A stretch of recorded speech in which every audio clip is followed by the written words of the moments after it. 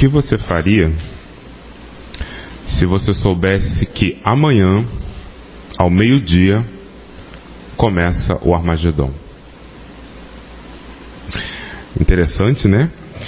A essa altura, nós sabemos que hoje seria a última vez, o último dia que a população da Terra viu a luz do Sol. A essa altura também, todas as 90 filiais da Organização de Jeová, ou Betés, no mundo inteiro, já encerraram a sua obra. Além disso, o JW.org e o Broadcast já estão fora do ar, já tem alguns meses, porque o governo proibiu. Todos os ungidos já estão em sua posição celestial. Depois de 6.000 anos sob o governo do diabo, faltam apenas 18 horas para o fim. Seria muito bom, não é verdade? Interessante é que, como povo de Jeová, nós estamos ansiando essa sensação, esse momento. Porque nós não vamos saber o dia e a hora, mas nós vamos perceber o que vai estar acontecendo, que vai culminar nesta hora. No entanto, a pergunta que é importante nós fazermos é: será que será que você, agora que nós estamos vivendo na parte final desse sistema para chegarmos a esse momento exato, será que nós vamos sobreviver quando começar esses acontecimentos grandiosos? Como é que você, irmão, irmã, como nós podemos ter certeza de que nós realmente estamos nos últimos dias? Como nós podemos saber que realmente nós estamos no fim? É exatamente sobre isso que nós vamos conversar um pouco agora. Interessante que já faz muitos anos e décadas que a Organização de Jeová e as Testemunhas de Jeová, nós estamos falando a respeito do fim, falando de sermos sobreviventes e que vai haver o fim desse sistema. Entretanto, como nós podemos ter certeza ter provas disso? Para entendermos o futuro, nós precisamos entender bem o passado e o presente. E é isso que nós vamos fazer.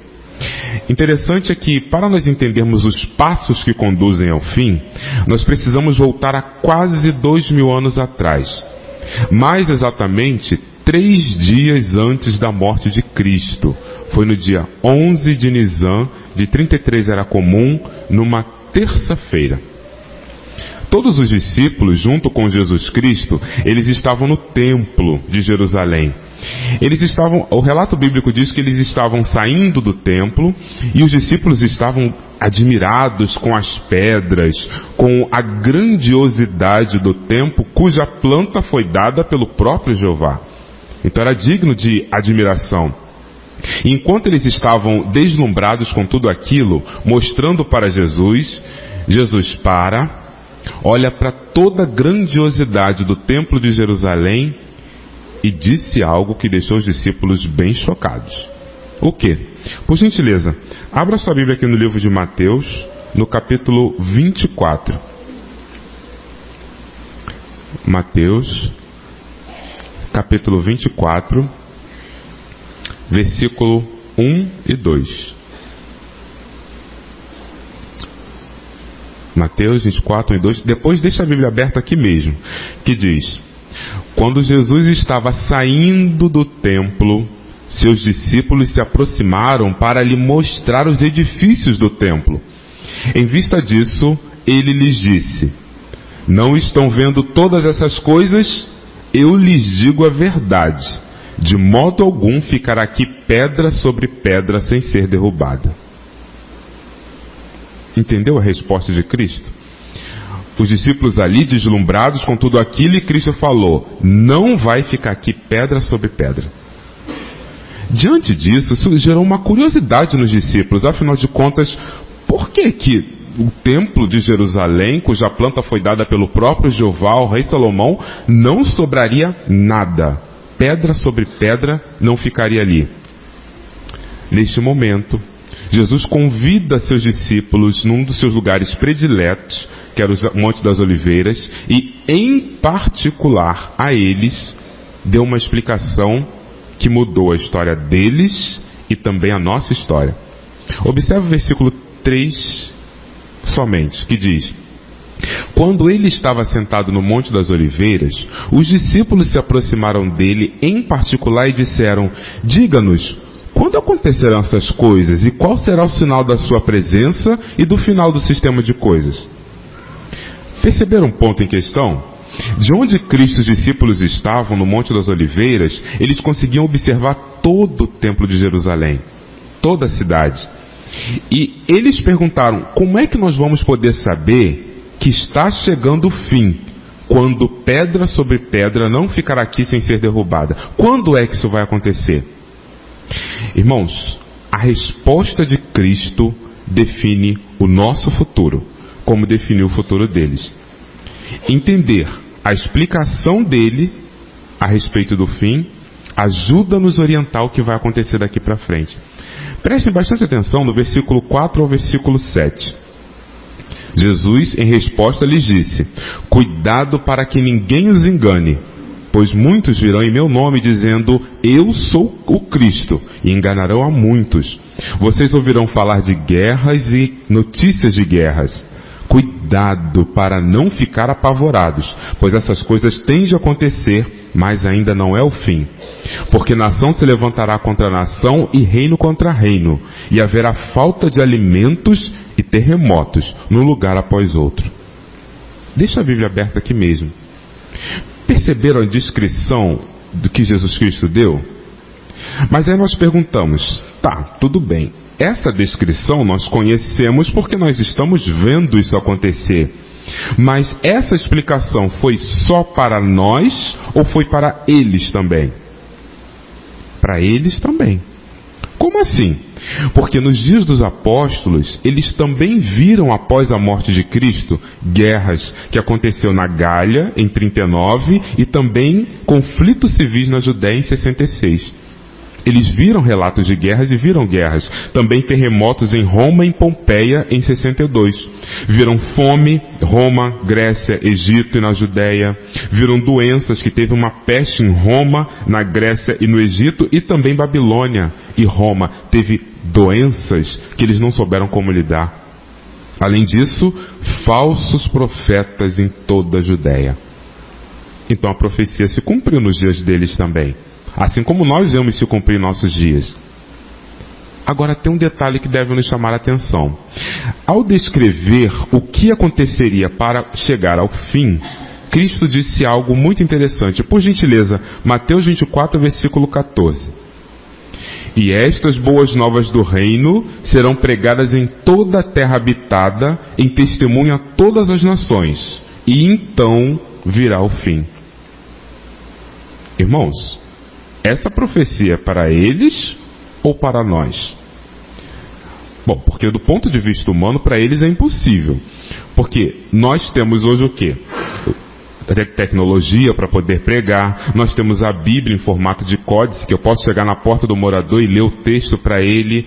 Nós temos o jw.org, que é um acesso rápido às boas novas, a Sentinela, Despertai. Eles não tinham nada disso. Então, será que eles conseguiram pregar as boas novas e essa profecia também foi para eles? Vamos deixar que um deles responda. Por gentileza, deixa marcado aqui em Mateus 24 e vamos lá em Colossenses, capítulo 1. Colossenses, no capítulo 1.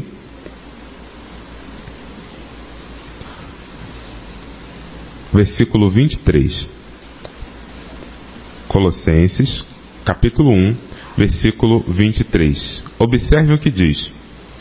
Claro, desde que vocês continuem na fé, estabelecidos no alicerce e firmes, sem serem afastados da esperança das boas novas que ouviram e que foram pregadas em toda a criação debaixo do céu. Dessas boas novas, eu, Paulo, me tornei ministro. A profecia se cumpriu ou não se cumpriu? Sim. Eles também pregaram as boas novas em toda terra antes do fim. Agora, irmãos, prestem atenção num detalhe aqui. As palavras iniciais de Colossenses foram escritas no ano 60 era comum. O fim em que pedra sobre pedra não ficou sem ser derrubada de Jerusalém aconteceu em 70 era comum. Isto significa que 10 anos antes do fim, as boas novas haviam sido completamente pregadas na terra nos dias deles. E nós hoje? Será que esta profecia já se cumpriu nos nossos dias?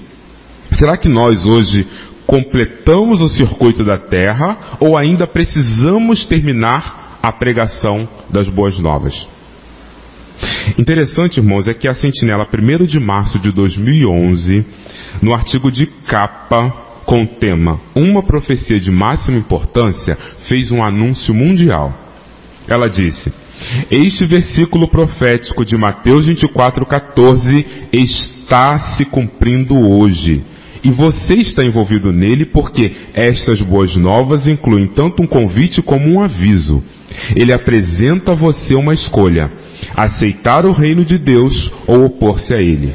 A escolha que fizer afetará a sua vida. Isso significa que há mais de 6 anos nós completamos a profecia de Mateus 24:14. As boas novas estão sendo pregadas em toda a terra habitada, em testemunho a todas as nações. Irmãos, então vamos entender. Doenças, terremoto, fome, falsos profetas, eles tinham, nós também temos. Pregação das boas novas, eles completaram, nós também já completamos. A pergunta é: o que aconteceu com eles depois que eles terminaram de pregar as boas novas em toda a terra habitada? Descobrir o que aconteceu com eles é desvendar o nosso futuro. Então vamos ver o que aconteceu com eles? Por gentileza, vamos voltar lá em Mateus, no capítulo 24. Agora o versículo 15 e 16. Mateus 24, 15 e 16, que diz: portanto, quando vocês virem a coisa repugnante que causa desolação, da qual falou Daniel o profeta, estar num lugar santo, que o leitor use de discernimento, então os que estiverem na Judéia fujam para os montes. Do que Jesus estava falando aqui? No caso deles, é da tribulação que se iniciou.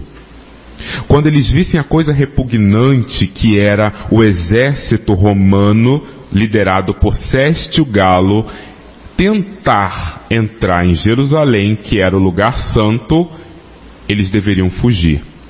E isso aconteceu em 66, quando o exército romano, liderado por Sérgio Galo, sitiou Jerusalém, colocou suas estacas pontiagudas viradas para a cidade. Só que num dado momento, de maneira repentina e sem uma explicação humana plausível, eles simplesmente foram embora. Aquela hora era a hora de cumprir a profecia em que dizia: fugir para os montes. Os que acataram o aviso realmente fugiram para os montes. E qual foi o resultado?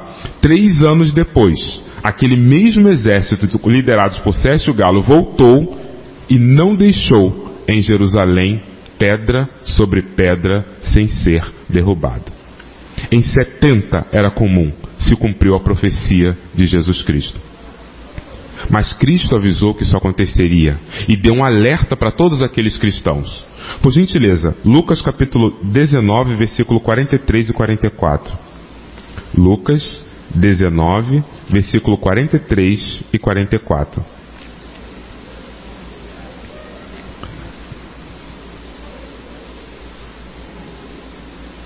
Todos acharam? Lucas 19, 43 e 44, que diz: porque virão para você os dias em que os seus inimigos constituirão em sua volta uma fortificação de estacas pontiagudas, cercarão você e a sitiarão por todos os lados.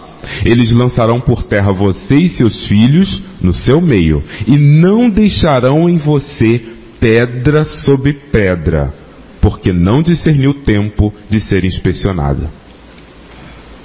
Cristo avisou o que aconteceria em termos claros. Não ficaria ali pedra sobre pedra. Mas ele falou qual foi o problema?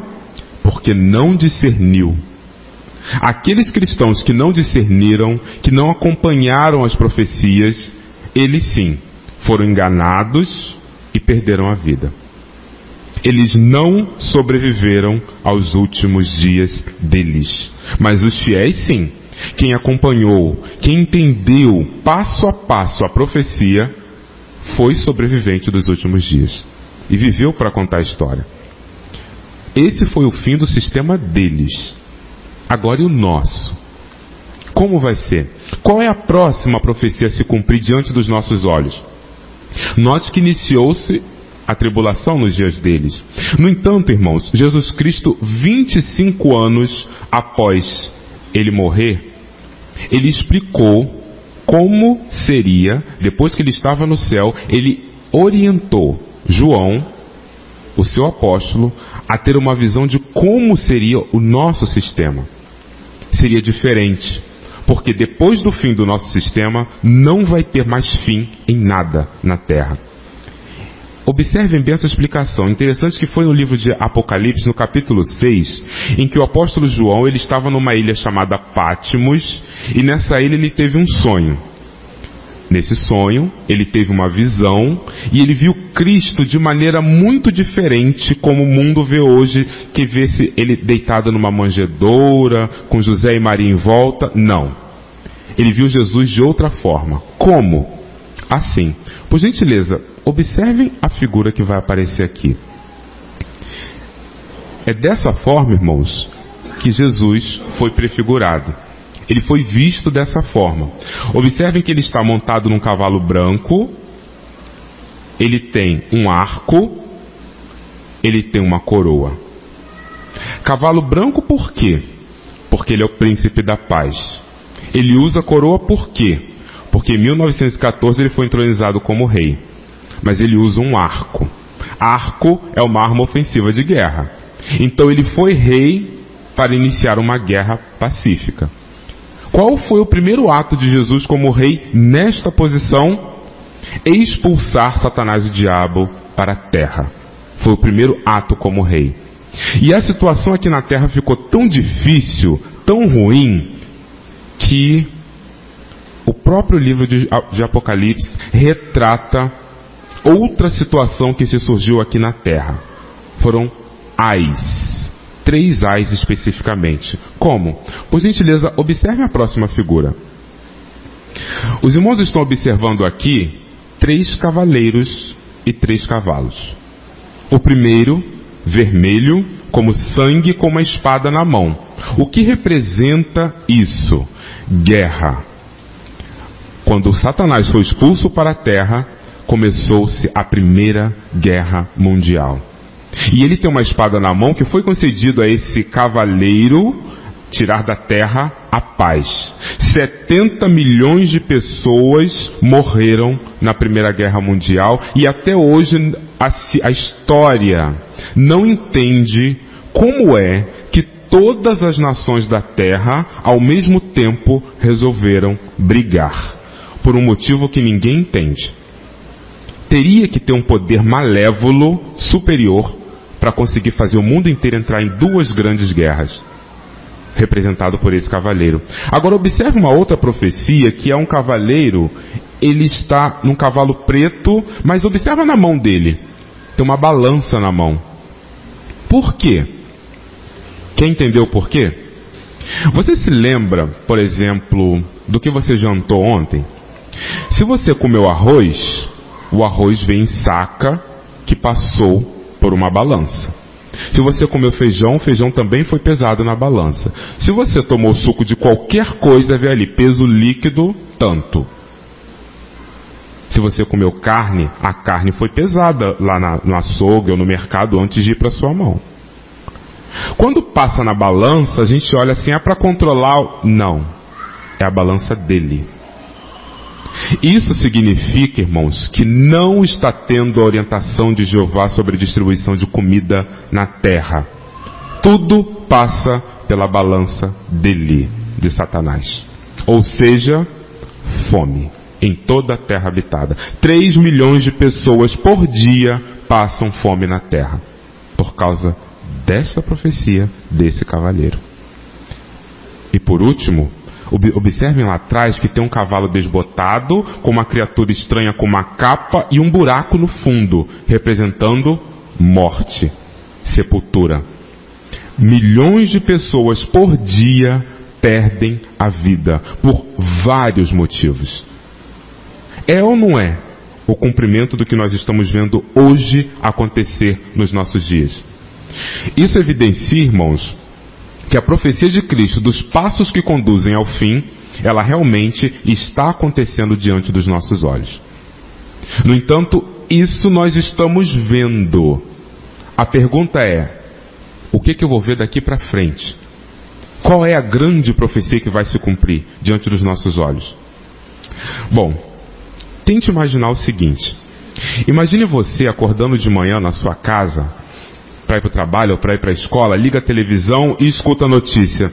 Estamos aqui ao vivo, direto da sede da Organização das Nações Unidas, onde nesta madrugada foi aprovada uma lei em que proíbe o culto, o ato, manifestação religiosa ou qualquer outro tipo de tendência religiosa. Esta lei foi aprovada nesta madrugada para o mundo inteiro e começa a vigorar agora. Mas como é que pode isso? Proibir ato religioso ou proibir a religião? Essa é a próxima grande profecia? Por gentileza, pegue sua Bíblia e abra no livro de Apocalipse, capítulo 17, versículo 15. Apocalipse, capítulo 17, versículo 15.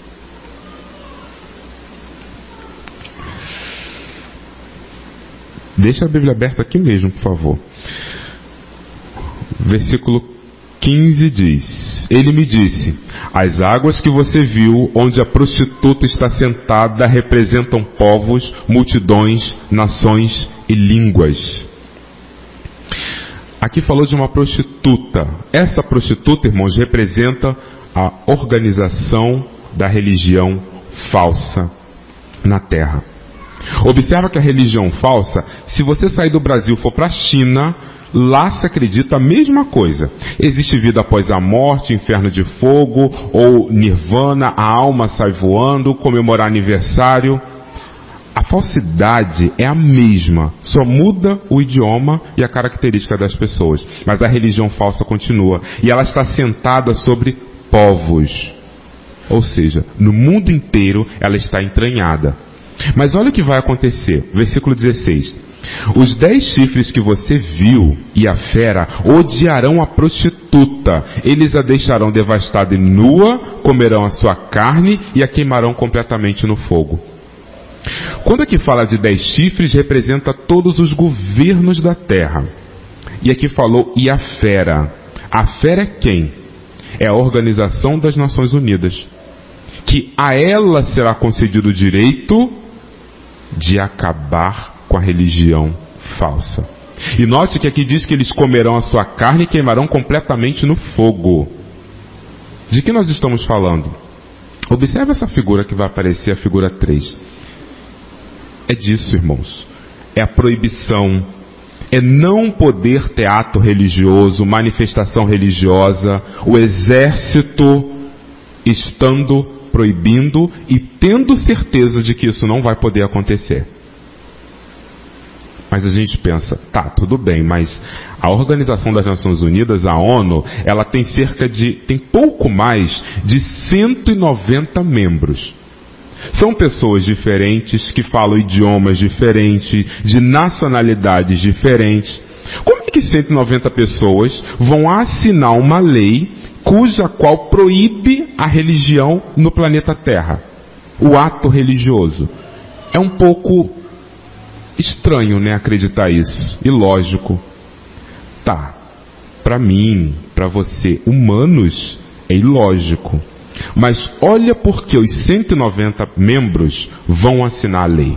Versículo 17. Apocalipse 17, 17.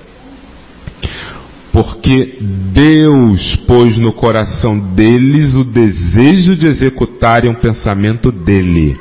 Sim, de executarem o pensamento único deles, dando à fera, a ONU, o reino que possuem, até que as palavras de Deus se cumpram. Irmãos, quando Jeová bate o martelo, ninguém contradiz. Então vai acontecer do jeito que Jeová quer. Ele, Jeová Deus, ele não vai vir ou mandar os seus anjos destruir a religião. Ele vai deixar que o próprio governo de Satanás destrua a religião falsa, como um golpe no próprio diabo. Nessa hora, a gente vai entender e vai sentir como Jeová vai estar atuando, não só como Deus misericordioso, mas nós vamos sentir Jeová como Rei guerreiro, em nome de Cristo. Nós nunca vimos Jeová e Jesus assim. Vai ser a primeira e única vez. Mas aí nós perguntamos, tá, tudo bem. Vai ser proibido culto, ato religioso e manifestação religiosa. E o que nós, testemunhos de Jeová, vamos fazer enquanto a religião vai estar proibida? O que nós vamos fazer? Observem a quarta figura. Ué, campo? Pregar? Sim, irmãos. É isso que você e eu vamos fazer quando a religião falsa for destruída. Ué, mas como assim? Não vai estar proibido? Quem é que foi destruída? A religião falsa. A verdadeira continua. A verdadeira vai continuar batendo de casa em casa. A verdadeira vai continuar avisando as pessoas. Só vai ter uma diferença de hoje para o que vai começar a acontecer. O quê? Hoje, irmãos, nós pregamos boas novas. O que são boas novas? É quando eu chego na porta do morador, abro a Bíblia e falo, olha aqui o que diz Apocalipse 21:4, não haverá mais morte, tristeza, dor. Não vai ser bom quando isso acontecer? E a pessoa se sente consolada. Hoje nós pregamos boas novas.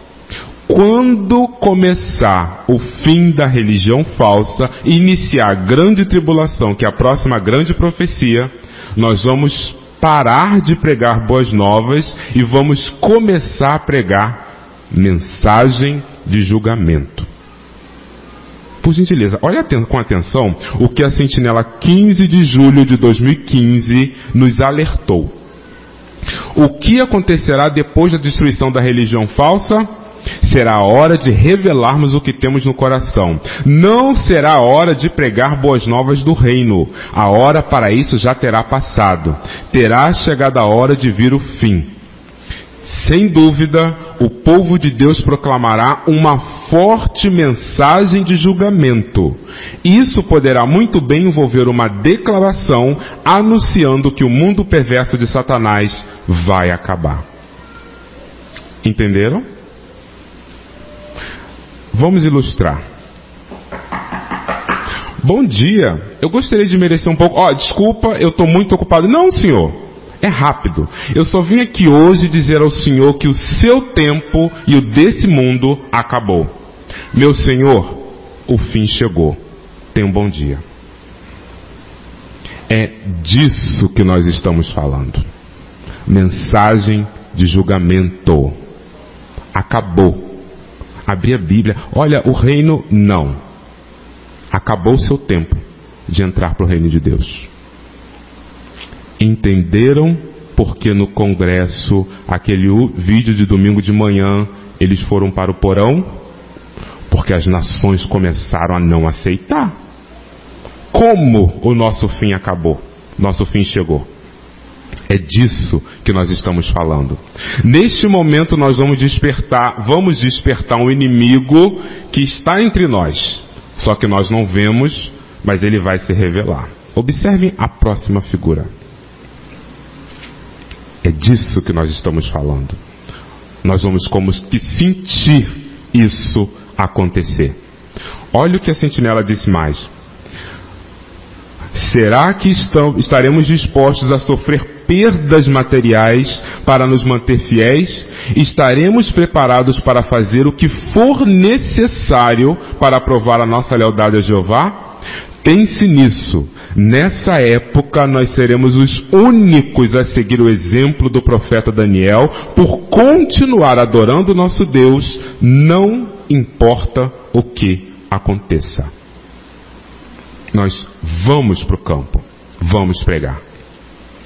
Por isso, ovelhinhas, o que isso significa para nós? Se você está sentindo que precisa fazer mais para Jeová, se você está sentindo que está fraco espiritualmente, precisa dar aquela levantada espiritual, se você está estudando a Bíblia já há 10, 15, 20 anos, mas ainda não sentiu tocado para tomar posição, se você sentiu ou está sentindo que a verdade como que está perdendo sabor, ficar aqui dentro do salão do reino está parecendo ser um peixe fora d'água, se você tem alguma coisa para confessar aos anciãos, então, ovelhinhas, como diz os irmãos mais antigos, na verdade, afina a sua viola e reage. Tá? Porque quando a grande tribulação começar, quando for proibida a religião falsa na terra, não vai ter tempo de arrependimento de última hora. Se tem que melhorar, agora é a hora. Se tem que fazer alguma coisa, agora é a hora. Não espere chegarmos aqui, porque aqui não vai ter tempo mais. Você sente essa necessidade, percebe isso, então reage. O que Jeová pede que nós façamos agora? Por gentileza, 2 Pedro, capítulo 3, versículo 10 ao 14. 2 Pedro, capítulo 3, versículo 10 ao 14. 10 ao 13, melhor dizendo. Todos acharam? Diz assim: mas o dia de Jeová virá como ladrão, e nesse dia os céus passarão com um estrondo, e os elementos estando intensamente quentes serão dissolvidos, e a terra e as obras nela serão expostas. Visto que todas essas coisas serão dissolvidas dessa forma, pensem em que tipo de pessoas vocês devem ser.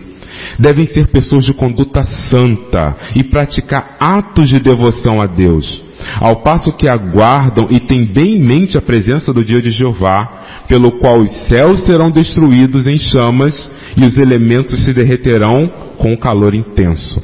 Mas há novos céus e uma nova terra que aguardamos segundo a promessa dele, e nesses morará a justiça. Entenderam a mensagem de Jeová? Entendemos o que nós temos que fazer? Analisar quem eu sou, o que eu sou, como eu estou fazendo a vontade de Jeová. Essa é a análise que nós temos que fazer.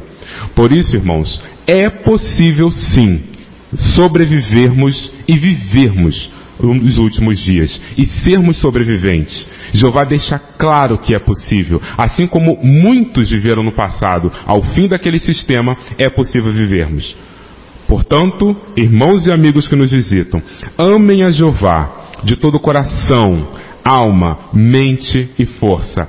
Pregue as boas novas ao máximo que pudermos, porque agora é o preparatório para essa situação. É o nosso preparatório. Não aceite, não permita que nada, nem ninguém, tire você daqui, porque não dá mais tempo para desanimar ou dar uma volta no mundo para ver como está e depois voltar. Agora é tarde, nós já estamos no fim. E não deixe que ninguém tire você daqui. Deixe fixada sua mente e seu coração em fazer a vontade de Jeová. Faça isso e verá que a sua alegria, ela vai ser plena. A sua fé será coroada e a sua vida eterna estará assim confirmada.